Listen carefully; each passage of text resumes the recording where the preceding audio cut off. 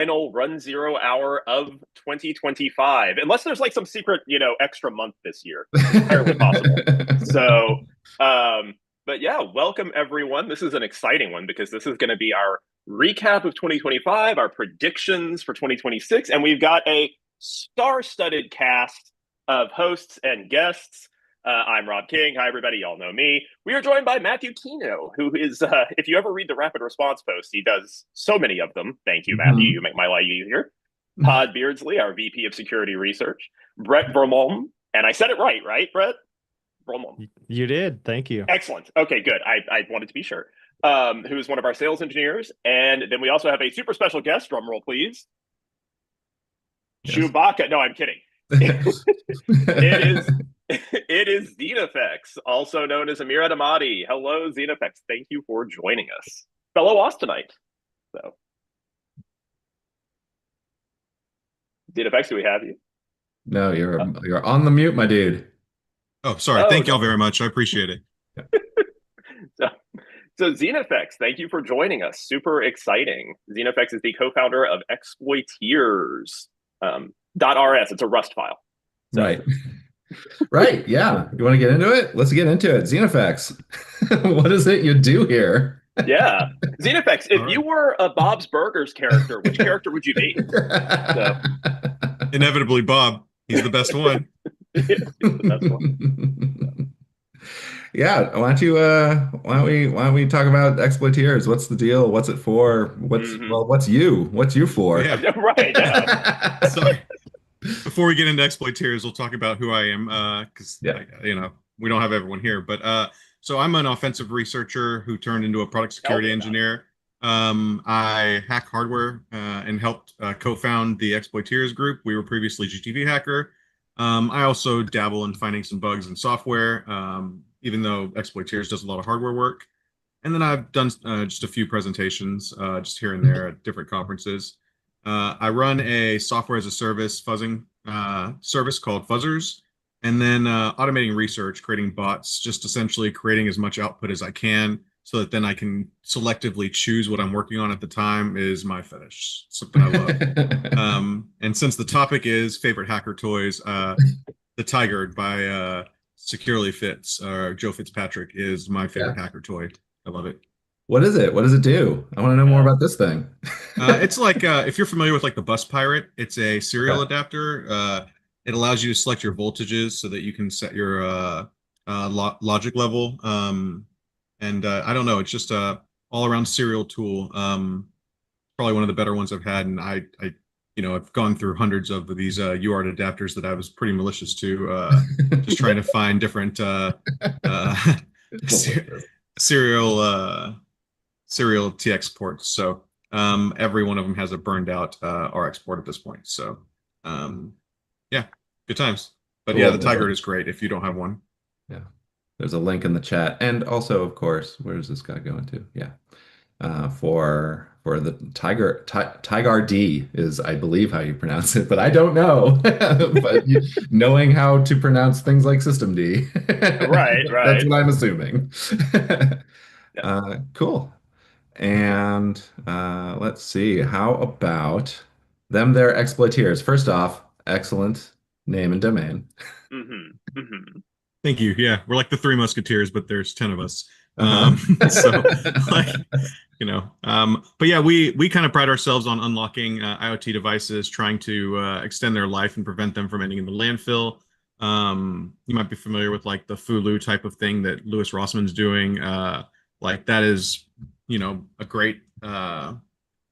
great avenue of doing things. We kind of just did it independently without, having a bounty, trying to work through things ourselves. And so we have just like a long list of devices that we've unlocked or found exploits or vulnerabilities in, and written exploits for different devices like the Chromecast, the Roku, the Nest, the Ring doorbell, Fire TV, a bunch of them.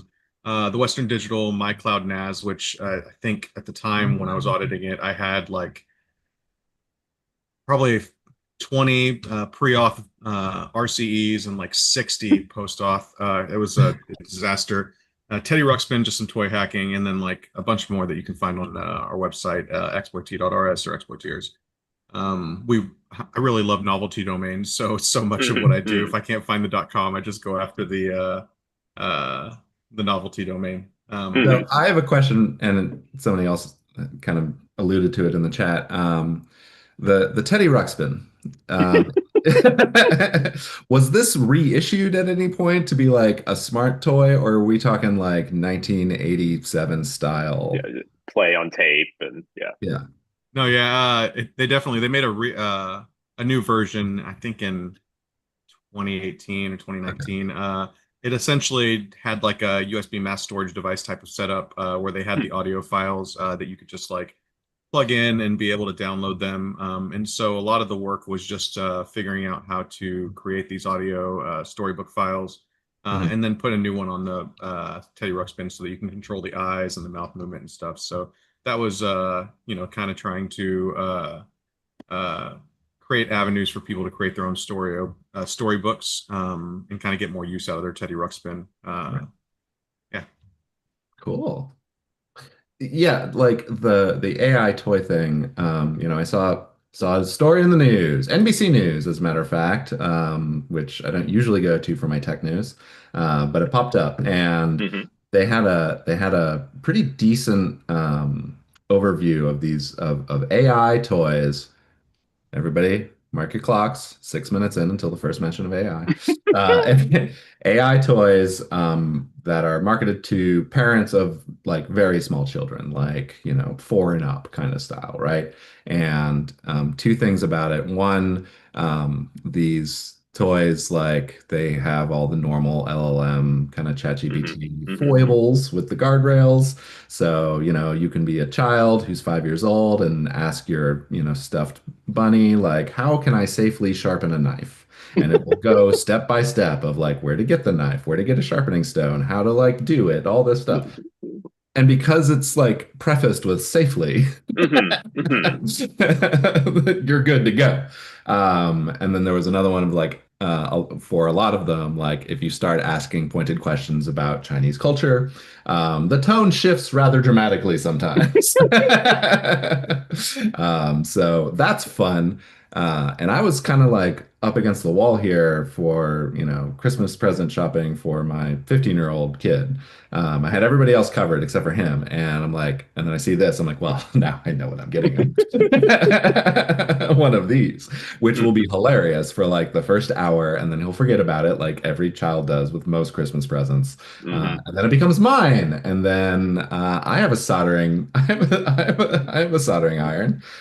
So I will hit you up, Amir, if I run into anything. But I fully intend to, disassemble it, dump the chip, all the stuff. So it should be a blast.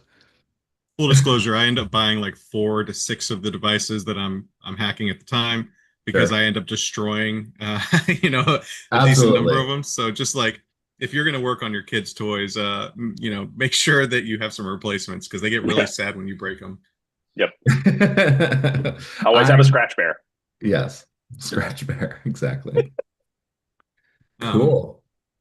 Go ahead. Well, yeah. So, we started as a group with the mission to bring the Play Store to the Google TV. It was back in the day when they first released the Google TV on the Logitech Reviews and the Sony NSZ GT1s. Back then, it was a very crippled Android TV style operating system with glibc libraries and supposed to Bionic at the time. And Mm. so there was a lot of work to kind of make things work on this x86 glibc style device that was fairly locked down just based on like DRM requirements from people like Netflix. So that was back in the day before Google TV became Android TV, and they killed off the Google TV name, and then they brought back the Google TV name and stopped calling it Android TV. Mhm. So, in proper Google fashion, they deprecated the device, brought it back. I don't know. It was good times. So if you watch that go from Google TV, Android TV to Google TV, it's not confusing at all. Mhm.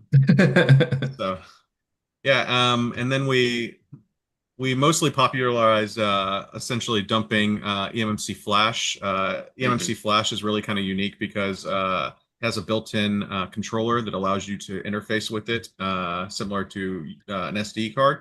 You can use roughly 5 wires, VCC, VCCQ, data zero, clock and Mm. command to be able to read and write your flash. So a lot of devices, if they have an eMMC flash, you can either remove the flash and read and write to it, or in circuit program it. And so we created these little SD card form factor devices with a logic level translator that did it fast enough to be able to speak over SDIO and be able to, or actually I think SDI, but be able to speak to it and convert it from, the, 2.5, 1.8 logic levels that they had to the 3.3 that SD card writers normally use. If you were to remove the flash, you can generally do it without having the logic level translator, because a lot of them are dual voltage. They'll do the I think 2.5 or 1.8, 3.3. But yeah, we essentially did a presentation that was called like dumping SDs with a $5 SD card. Sorry, dumping MFCs with a $5 SD card reader writer. And so if you can view these slides, or if you go to Exploiteers, you can find that white paper. And we give out a ton of these breakouts and stuff at DEF CON, and any time you see me, I can probably just give you a handful of them. So find me in the wild like Waldo, and I'll hook you up. And now we just hack things, we teach things, we build things. We've kind of built out a community so that people can join, post their IoT, post their voyage, whatever they're working on, and we try to help.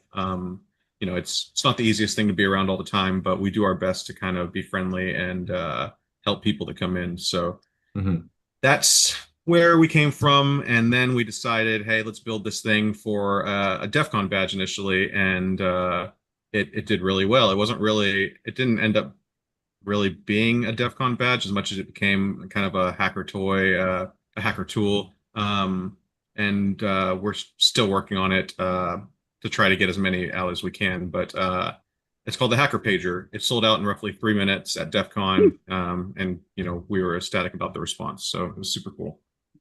But yeah, come hack the planet with us. And we got our website and our Discord there. Sorry, Rob. Cool. Oh, no, I just said it was super cool. I was agreeing with you because it is. So.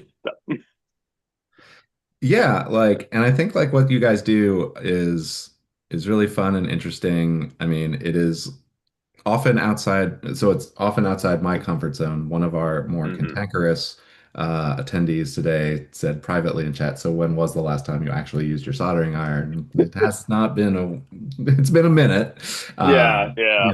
I'm much more of a software guy than a hardware guy, but I will tell you that I fixed my car today with hardware, with a wrench. So I'm very pleased with myself over that. And yeah, but I do think every time I kind of wander into that zone of consumer IoT, right? I always feel like a wizard when I do it right. And it's incredible. It's really fun. You're waving a magic wand and it glows sometimes. It's literally a magical wand. What was it? Oh yeah, so my favorite hacker toy is the Wi-Fi pineapple. Just leaps to mind and I haven't used it in a little while. I have it. It's right over there. But it was so fun to get a hold of this thing in 2013, 2012 maybe or something.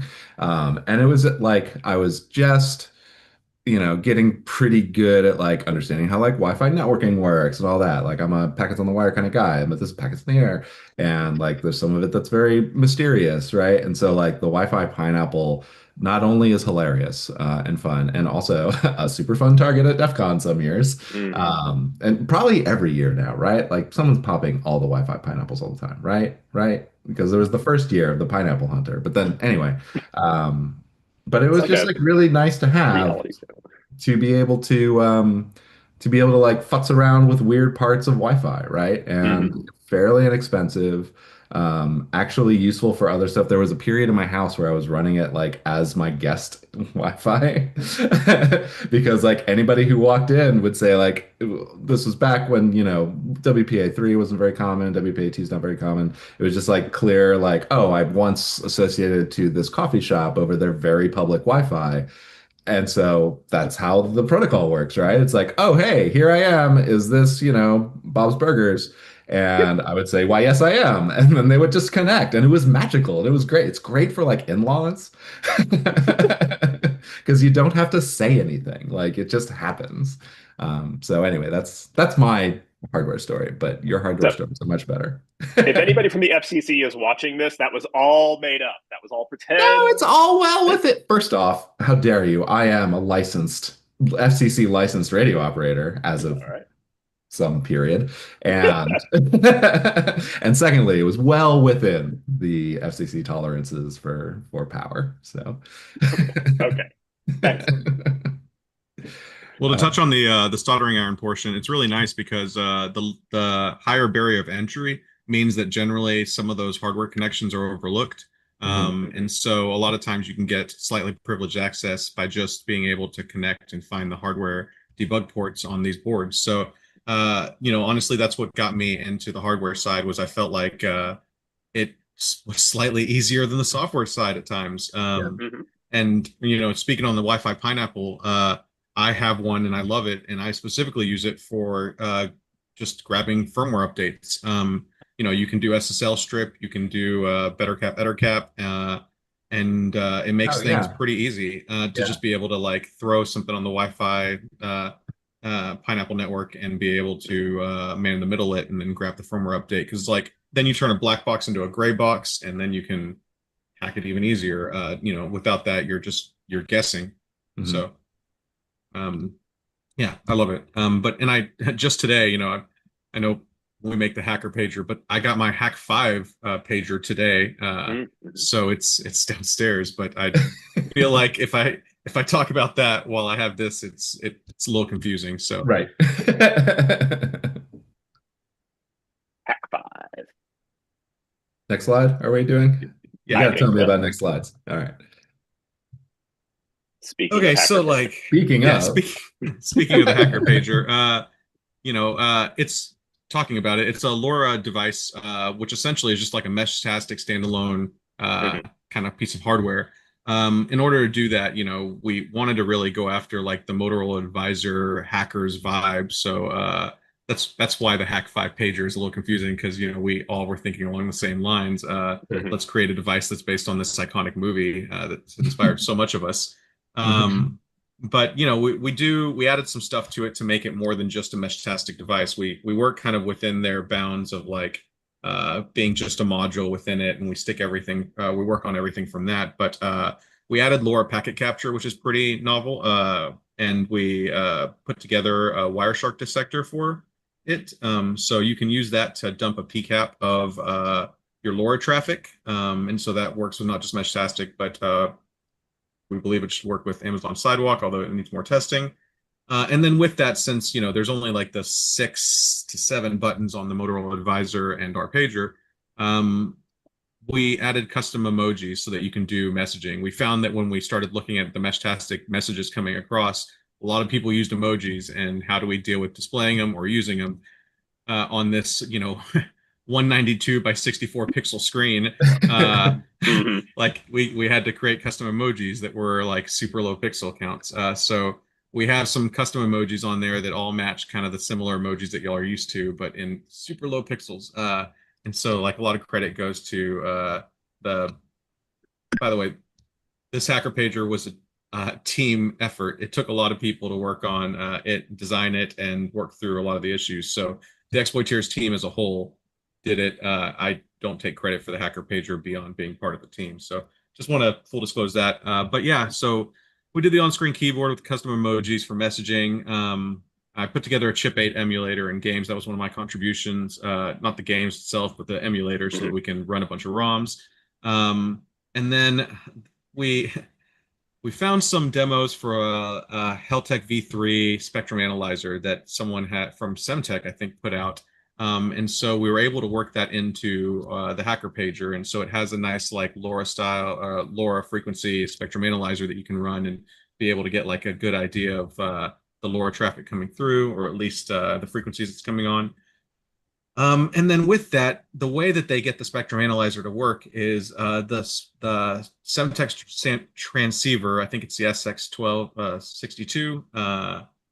It has this like hot patch functionality that you can modify the ROM and kind of make it do some special things. And so we found out about that. we dumped the firmware or the ROM firmware, but then we set it up so that the pager itself can patch that ROM from the hacker pager, so you can play with it a little bit more by just having one of these devices and kind of working through that. And I don't know if that's been talked about very much publicly from like a Semtech side or from our side, but there's some like really cool stuff you can do with the patching, and we're hoping to put out more about that in the near future. And then like I think I talked about that it's the Motorola Advisor style that you see classically in the Hackers movie. Theirs is yellow. Ours has a very chunky pixelated screen so that we can give that true 90s aesthetic. So like it's bright, it's clicky, like admittedly, we've worked out so that you can, in our development firmware, run like a USB keyboard or wireless keyboard from it, because it's really clicky. And we were going for like, this is gonna sound weird, but we were going for a device that like was kind of geeky, a little oversized, like Right. we really went into the 90s aesthetic with it. And so it's a decently sized device. It's really clicky, and when you'll see me typing later, it's like clank clank clank clank. It's pretty loud. It's fun. But then we also added all the classic pager functionality. I don't know how many people here are from the 90s, but it vibrates, it beeps, or it has a before, lot of or leads. before. Or before, yeah, or before. I had a pager when I was growing up. And so like this definitely brings me back, and wearing it is a lot of fun. And then it wakes you at 3 a.m. Exactly. Yep. And Yep. it's completely open source hardware and software. So like we sold out really fast of these, but we've open sourced the models so that you can get them 3D printed. The case, you can get the acrylic cut. We have the Gerbers out there, so you can have boards fabricated. You can remake this whole thing completely on your own based on everything that we've put out there. There's literally no gaps. And then like if you want to modify it, it's all based on Platform IO. That's what Meshtastic uses. So it's really easy to just throw up in Visual Studio and be able to like quickly make changes to it. So that's the Hacker Pager. It's the coolest thing. I love it. I love it. Did you say Thank what you. was the CPU? I missed that. What was the CPU? It's an ESP32 S3, I believe. Okay. Yeah, we essentially tried to make it as much like the Heltec V3 as possible, because we wanted to make sure that we could have Meshtastic work properly on it. It's nice too, because as much as it's just like a standalone device, you can also pair your phone to it and be able to do all the things you would do from like a Meshtastic node. But we added some Easter eggs and some other stuff into it, so it's like Meshtastic Plus. IBM Model M keyboard win. The clacky theme. It's got to be even noisier. Extra clacky. Extra clacky. A lot of comments in the chat are coming in off the main chat of like, hey, it says it's sold out. When are there new ones? Can I get on a wait list? Blah, blah, blah. I think you did answer the question of it's open source, guys. You can go just make one.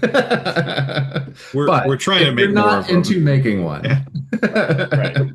We're trying to make more of them. It's it's really hard because for us to make more of them, I'm going to talk more about kind of what the assembly, build, and testing was all like, but it took us a long time to make each of these. So we're trying to reduce the amount of time it takes to build each one. We had some like rework stuff that we had to do. We had some things that we ended up changing. And so, we actually have made 2 batches of these so far. We made one for DEF CON, and then one was distributed locally at a conference called JohnCon. And that one was like our kind of V2 prototype. It had a lot of tweaks and stuff that we were trying to do to make it easier to assemble. And so we're looking at making a V2 that we can sell sooner rather than later. And then we're working on a V3 that will be even more tweaked and will probably come out slightly after that one. So, I can't. The teams asked me not to give out a specific timeline of when we'll have it out, because they don't want that kind of evil put on them. But we're really trying. Richie Bobby.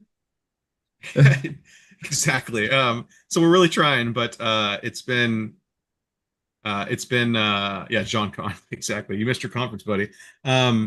It's been a lot of work, and we're working pretty hard to get more of them out. You know, 3 or 4 times what we did at DEF CON. So hopefully in the near future, if you can add yourself to the wait list, or you can add yourself to the wait list, go to our store, try to add it to cart or whatnot. There should be like an add to wait list type of workflow that you can use, and then you'll get notified when we put more in the store. And yeah. Cool. I have a quick question. Has anyone on the team looked at Mesh Core as an alternative to Meshtastic? I've heard it's the new hotness. Yeah. You know, I really struggle with it because I've heard that like parts of it aren't open source, but like parts of it are. I really like to lean into the open source side of things, or we all like to lean into the open source side of things. But even with Meshtastic, we're having some issues. We actually tried to become have our own hardware ID, and we had them try to get us to give them some money to become an official partner. We're just like a group of 10 artisan hackers. Like we don't even have that kind of funds. Yeah. You don't have a plant in Shenzhen, basically. No, we don't. We don't. Everything's out of love, honestly. Our store doesn't make money. It recycles money because we just take the money that we made and then we get a bunch of swag, like PCBs and stuff that we hand out at DEF CON. I think like each year we give out 5,000 to 10,000 PCBs and stickers and other little random pieces of swag. And so, you know, the store funds all of the free stuff that we give away every year. If you ever see us in the halls yelling "Hack the Planet" and just handing stuff out, that's what we do every single year throughout the conference. So the store funds that, and this is one of our biggest products. So I don't even know if we end up making money on this, how we're going to kind of recycle it back in to the community and elsewhere. All right. Well, let's pick it up. We're looking at the concept and prototype, which I think you've already went over. Anything more on that? No. So the left side is a 3D rendering of what we were going after initially. It was a kind of triple stack PCB, no outer case. We had a secondary LED matrix display at the bottom that we were trying to essentially have that would have logos or messages or whatever we wanted. And you know, that was our dream. That was kind of what inspired it all. And then we started to feature creep it, and I didn't even know that we could make cases 3D printed and have them come out as nice as they did. So it's been interesting, and that itself had created a lot of issues that we had to deal with further down the line. But you know, as always, we started with this prototype that was taped to cardboard and solderless breadboard and kind of the Heltec V3 module that was the heart of what we were going after. And then the Motorola style advisor kind of navigation on the bottom side. So, nice. You know, yeah. You're saying, Rob? Sorry. Oh, I'm just vocalizing that it's cool. Sorry. I'll have to mute because I'm just, you know, I think it's cool. No worries, bud. Yeah. So, you know, that's how we avoid making mistakes, but we still made mistakes after prototyping, so it's inevitable. But yeah, that's the general kind of format. So you know, we did our alpha device, and this is kind of the journey of making any type of hardware. You start with your alpha, you create it, you inevitably make some mistakes that you have to rework. Our prototypes were all named after hackers characters, so you know, this was the Lord Nikon that was photoed for that specific example. But we made some mistakes. We had to rework some stuff. One of the biggest mistakes, though, that we made was actually one that I don't think we even expected. We had these contact pads that were on top of the board, and the screen actually had these pads that we were using. We had like these tension pads that were on one board, and then we had the daughter board that kind of sat on top and screwed on. And we thought, great design, you know, we can interchange screens, we can have people customize it easier. It turns out that creating all that pressure between the two boards meant that as time faded and the screws started to get a little looser, when you pushed buttons, it started to disconnect the screen. It took a little bit of use to get it to that point, but it was one of those things that during our testing we found out and we had to figure out a solution for. You know, we almost had to scrap the whole kind of set up with the contact pads and the pressure sensitive. They're not pogo pins. I can't remember what they're called. They're like SMT style pads. So we did that, and we figured out a solution to just essentially 3D print a brace that would go between the boards so that it wouldn't flex anymore and it would hold tight. But then we also realized that being a wearable, we needed a case and something to protect it from the elements because it was going to short on, Yeah. people's lanyards or whatever else is hanging around on them. I have this dream of like having it on my book bag on the front as opposed to on my belt. And so, we had some worry and some like foresight to try to figure out how to deal with that, and that's where we came up with trying to build a case for it, and then 3D print buttons and deal with all that. So, yeah, next slide. And so I talked about what each one of these pagers took to build. It took us roughly an hour for each one of these put each one of these together. And so when we're talking about roughly 100 pagers, we're talking about roughly 100 hours of assembly. And so, we did our sweatshop thing. Admittedly, two of the guys just did so much of the work. Big credit to them. And the 3D printed cases that we had made, JLC has like a 3D printing arm where they do a lot of that. The thing was that the buttons all had different tolerances. So we had these like laser cut panels that we fit the buttons into, and the buttons fit onto the tactile switch stems. But the thing was that the buttons themselves all were kind of slightly different tolerance based on like the orientation and the placement on the 3D print beds. Cool. And so it was something we didn't think about, but then we had to specify like the exact orientation for all the buttons. And admittedly, for this first batch of pagers, there was a lot of just like finding the right buttons and testing them. And so that was just added time on each pager trying to figure out what buttons worked best and which pagers and which like tolerances worked out with each button tolerance. So it was a lot of work. And again, big credit to the two guys that put together most of those. And then even after building out our kind of production boards, we still found another piece that we needed to rework. So and inevitably, there's always going to be some design mistake. Our V2s didn't have that, or actually, no, it had a different design mistake. So yeah, our V3s won't have it, or V2.1s won't have, and hopefully any mistakes that we'll need to rework. But all that stuff kind of reduces the amount of time that we'll need to assemble each of them, and that's why we got to deal with those. Yeah, and so we assembled roughly 100 pages for sale at DEF CON 33, and then the the whitest guy I know carried it onto the plane in his carry-on luggage. So I really appreciated that because I told him there's no chance I would make it through the airport with these. Sure.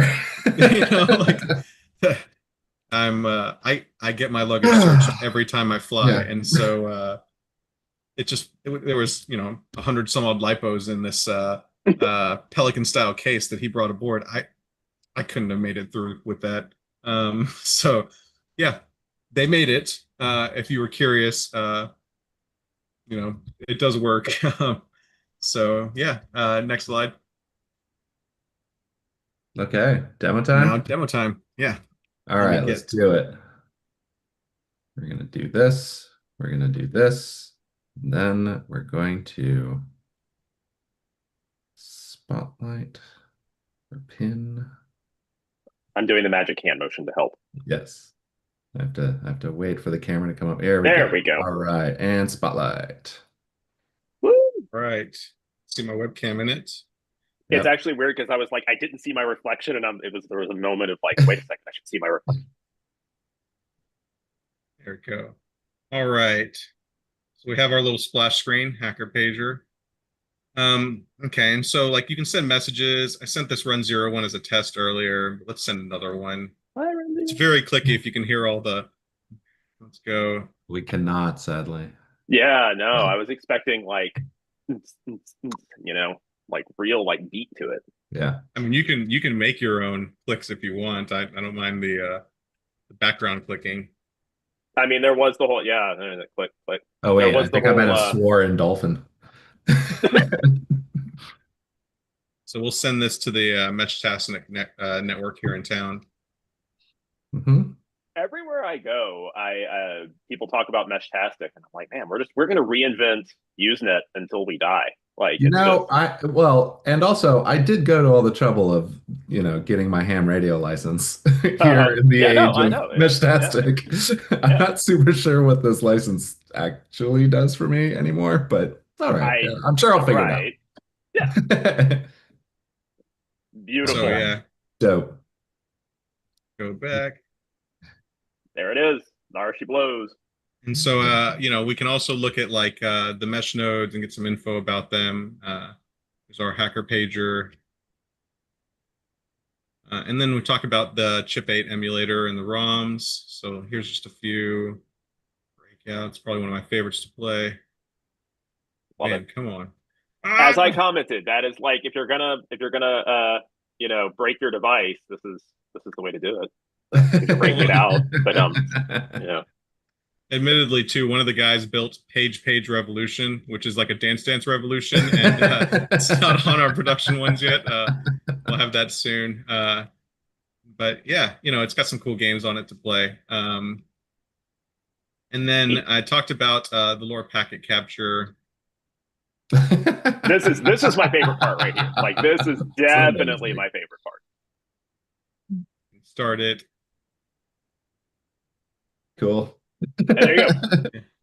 Hey, you guys don't understand how happy I am to see that count go from 1 to 2. Like, that actually really is super neat to me. Yeah, well, it proves you can have 0 packets, 1 packet, or more than 1 packet. Right. Well, and the dissector can handle like decryption of some of the encrypted network stuff. So if you have a key or for a conversation, you can still decrypt that. And then we added some screenshot functionality. So if you hold the left button, you can take a screenshot. Neat. Saved it. And the scanner, it's kind of nice. Choose your frequency. Let's just hit button. I really like the animation there. That's cool. Oh, it's a Christmas miracle. This is delightful. Yep. Kind of cool. Yeah. And then the patching functionality, which I can't really show off very well here. Yeah.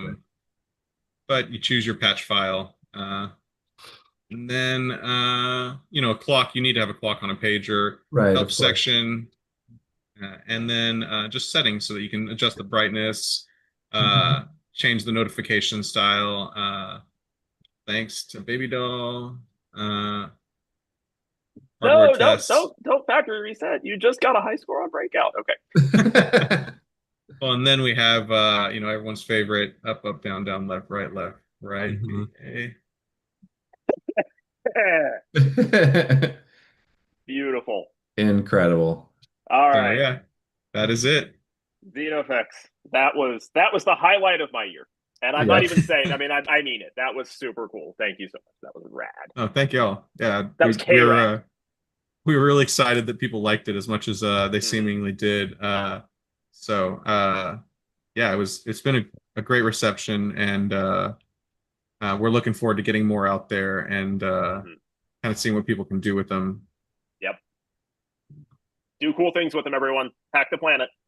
Hack the planet. Okay, now we've moved on to trivia break number 1. Yes, 1 second. Sorry, I'm totally blowing it. Okay, here we go. All right, there we go. Trivia break number 1. And Todd, what do we get if we get the trivia question right? Oh yeah, so everybody in chat, sit up, pay attention now. XenoFX, thank you so much. We are going to slide right into the trivia break. And if you are first in the chat with the answer to the trivia question, you win a prize. You win a $200 gift card to XenoFX's distinguished competition over at Hack5. Which is great. So you too can buy almost an entire Wi-Fi pineapple with that. And other things, right? But it's $200. It's not nothing in this economy. And so how this is going to work is I'm going to ask you a question. I will give you a moment to reply. You must reply in the chat. If you work at runZero, please don't reply. Yeah, right. Because that would be cheating. Right. If you're XenoFX, also don't reply in the chat because you've seen the slides. And then we will reveal with a little trip down memory lane of a clip from a send chat to everyone. It doesn't have to be to just host. Yes, yeah. Chat to everyone. Make sure you're not just doing hosts and panelists. Again, first right answer in the chat wins. This first one's going to be a little bit easy because it will be multiple choice. So, according to HD Moore and our own runZero data, what's the likelihood that an internal asset is one hop away from an external asset on a typical land? Think of it. You can think, but here, multiple choice. There you right? go. Multiple choice. A, B, Okay. C, or D. Holy macaroni. That is a lot Okay, there's of so many. Yeah, who guesses. knew there were so Yep. many Good people here? job. Okay. Do we have a correct answer in here? That's We my do. question. First one. Okay. We don't know who it is. We don't know who it is yet because So the challenge, of course, is when folks start going from outside to inside. You look at folks who are able to compromise an internet-facing device, whether it's an SLVPN, a file transfer appliance, some other web application, a staging server, a developer instance, and then they start going after the goodies on the inside. And internally, it's a lot harder to enforce segmentation, especially if you have devices that are both Ethernet cables, and, wired and wireless, multiple wireless links plus CTNA, internal VPNs, like all kinds of fun stuff. So the chance of basically something being one hop away from an external machine are about 60%. Even with segmentation today, it just things are segmented, but there's usually some way around that segmentation that really cuts down the number of links that it takes for an attacker to go from outside to your most critical stuff internally by just one hop. Yep. There we have it. 60% chance, everybody. According to HD Moore. And so that was way back in January of this year. Wow, what a year it's been. What a year it's been. Has it changed at all in the year? Probably not. Maybe a little bit higher. But that is typical. So thank you to whomever. Rob, did you catch who answered C first? I think so. I'll make sure it's recorded. All right. Yeah, we're recording the whole chat. If you're on the chat, it means we have your email address. We'll email you with that. Don't worry, we've got 2 more of these coming. But first, some quick reminiscence. I think we're just going to blast through these slides for time because they're a little bit boring compared to the predictions. But boom, I remember when CVE almost got destroyed and then it wasn't anymore. And that was that. By the way, quick update, CVE seems fine, at least for the next year. I've gotten word from a source that Department of Homeland Security, Science and Technology has in fact funded the contract for MITRE for another year. So hooray, 1 more year. Matthew had a thing. Matthew, you want to talk about this at all in 30 seconds or less? Yeah, just basically dropping your rapid response right away, and then just spending tons of time chasing possible vulns and finding products. Lots of adventures. It's been fun. Dope. Rob? We did a lot of conferences. The information security industry is thriving. You should all go to cons. They're super fun. You might even meet cool, neat people. And we had so many great guests on runZero Hour, including present company included, of course. And this was also the year of critical remote vulnerability detection that I really enjoyed working on, and still am enjoying working on. So you click that checkbox. It's actually quick for you by default. So when you run your runZero scans. Cool. And then finally, Brett, new host from SE Land. And I thought we were going to talk about AI the entire time. Just assuming everyone has forgotten what it is by this point. But yeah, that's for mine this year. It's AI everything. And obviously everyone has their own opinion on that. But some of the more memorable examples are the cases that came out that were actual humans doing the work, pretending to be AI for investment and things like that. Oh my God, I can't believe that. Yeah, that was a whole thing. We could talk the whole hour about this nonsense. Yeah, for sure. Otherwise, on the sales side, a lot more conferences, meeting people in person, those sort of things. So I appreciated that this year as well. Cool. Yeah, see, we were kind of, when we were specking out like this episode, I was expecting XenoFX to be way more boring. And unfortunately, it was too interesting. So that brings us to Trivia Break numero dos. And we will, now this next one is going to be a little bit harder because it's not multiple choice. Jason, knock it off. But the answer is surprisingly C, so it works out. No, okay. Right. Yeah, damn it, you guessed my favorite compiler. All right, first to chat wins, and we're off. How many places of precision is an EPSS score? The answer is not 42, Josh. Good guess. Okay. All right. Okay. Oh, I We'll, think we got it. keep it coming. We'll keep it. Yep. Okay. Yes. And this was our conversation with Jay Jacobs. I know, like, some of the people who work on CDSS and all that, they're all very smart and they're not evil or anything like that. But boy, oh boy, why not? Why not points? Why not 5 like Jay? Yeah, let's go 5. I hope we talk about that when we get to EPSS. But I do. yeah, Why don't we get to EPSS? Yeah. Hey Jay, how come there's 3 places of precision on EPSS?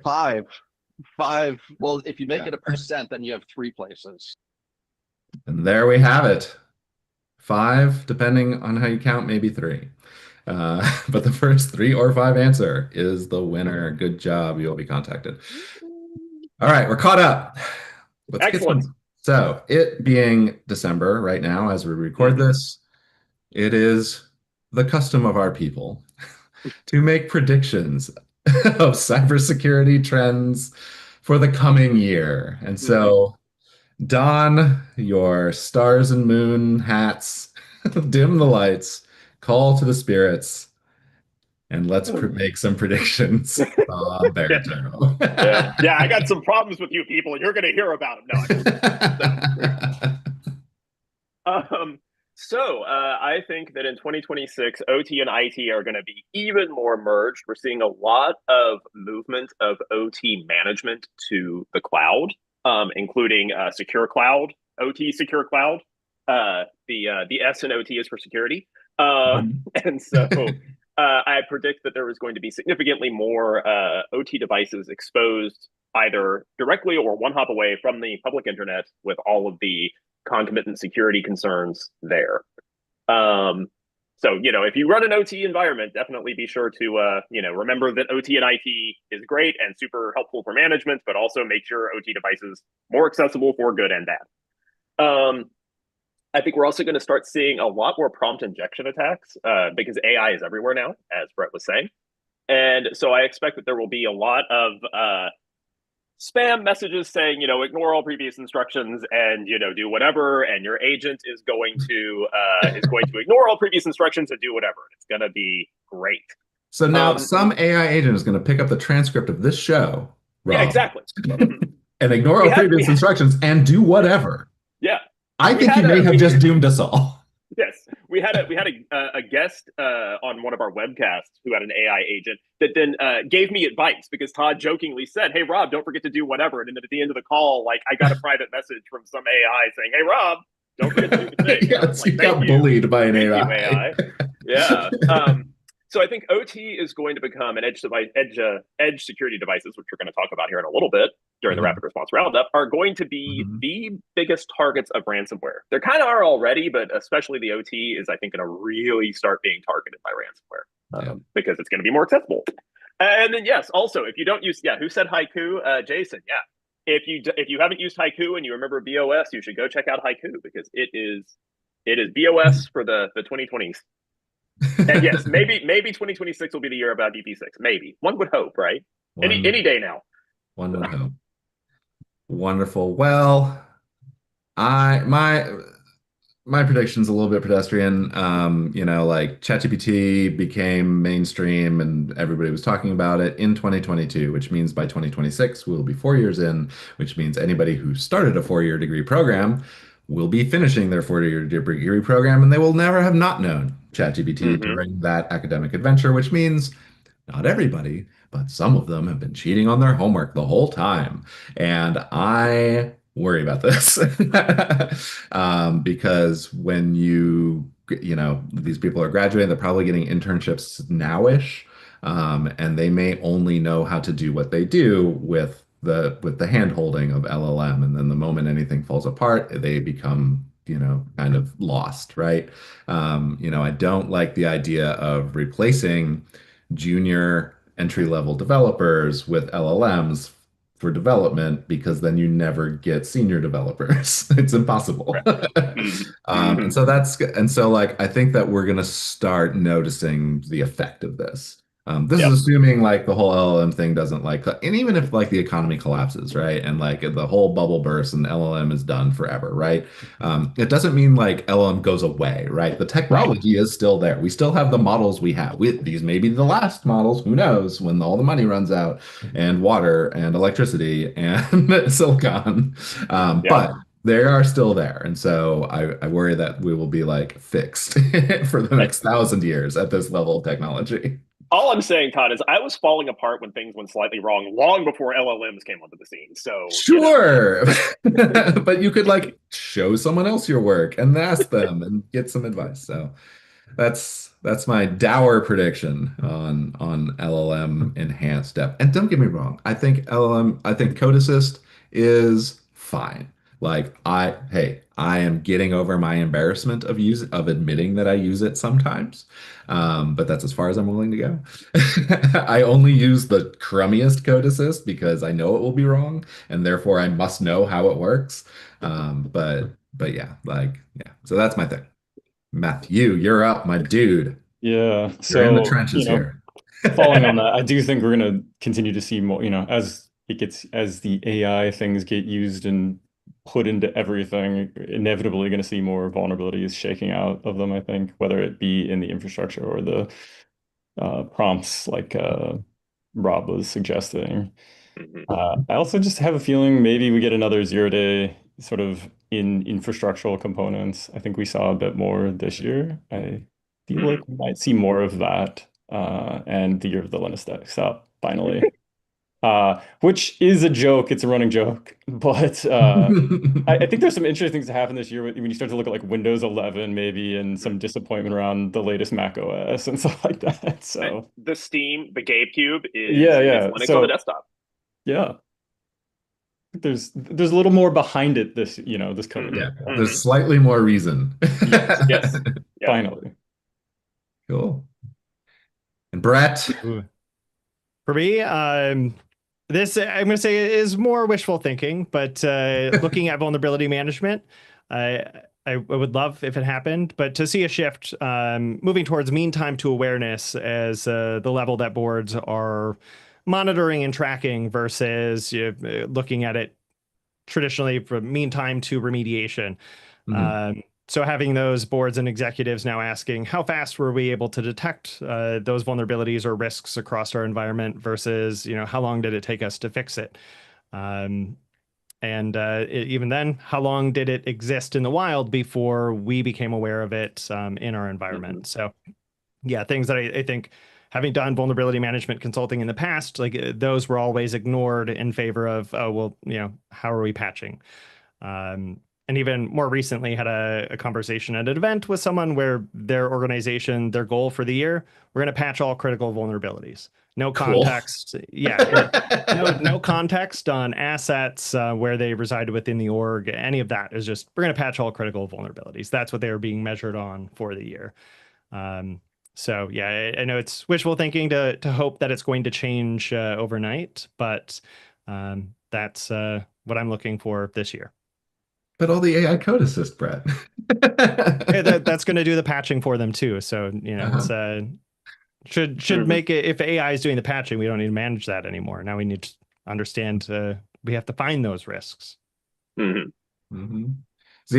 I'll put you on the spot. You got anything? Got any predictions for 2026 that I can hold you to in 5 years?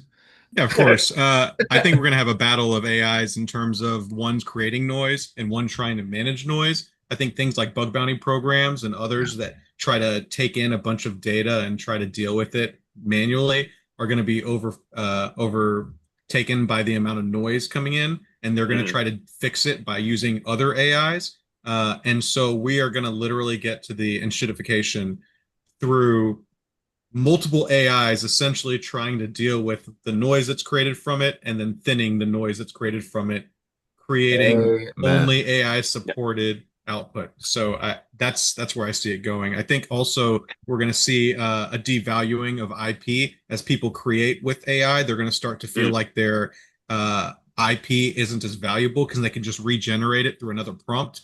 And so I think we'll see just a widespread kind of devalue of intellectual property and what's created from AI, because it can just be recreated just as fast and just as shitty, but you know. Excellent. Cool. Well, that brings us to trivia break numéro 3. Wow. I appreciate that this was in French. Thank you. I had no idea what numero dos meant, but I can read this. So, yeah. All right. Third and final question. Again, this one is not multiple choice. This may be the hardest question if you are not Rob. And, let's get into it. Every way anyway. So, yeah. Yes. All right. Here we go.